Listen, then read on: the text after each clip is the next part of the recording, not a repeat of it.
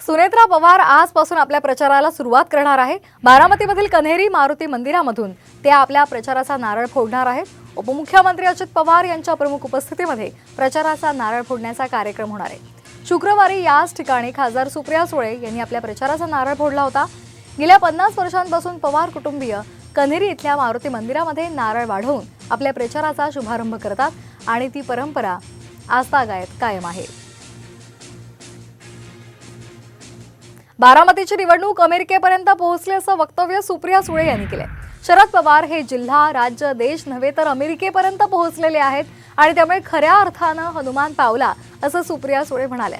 बारामतीच्या निवडणूक कव्हरेजसाठी अमेरिकेमधून पत्रकार आल्याचं सुद्धा त्यांनी म्हटलेलं आहे।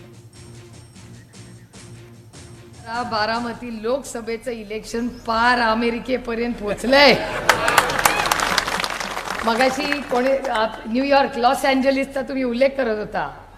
संजय भाऊ म्हणत होते ही लॉस एंजलिस अमेरिकेमध्ये चर्चा आहे त्यांचे मित्रांमध्ये, इथे तर वर्तमानपत्रच आपल्या मागे। म्हणजे बघा शरद पवारांची ताकद ना, बारामती जिल्हा, राज्य, देश ती पार अमेरिकेपर्यंत पोहोचली आहे।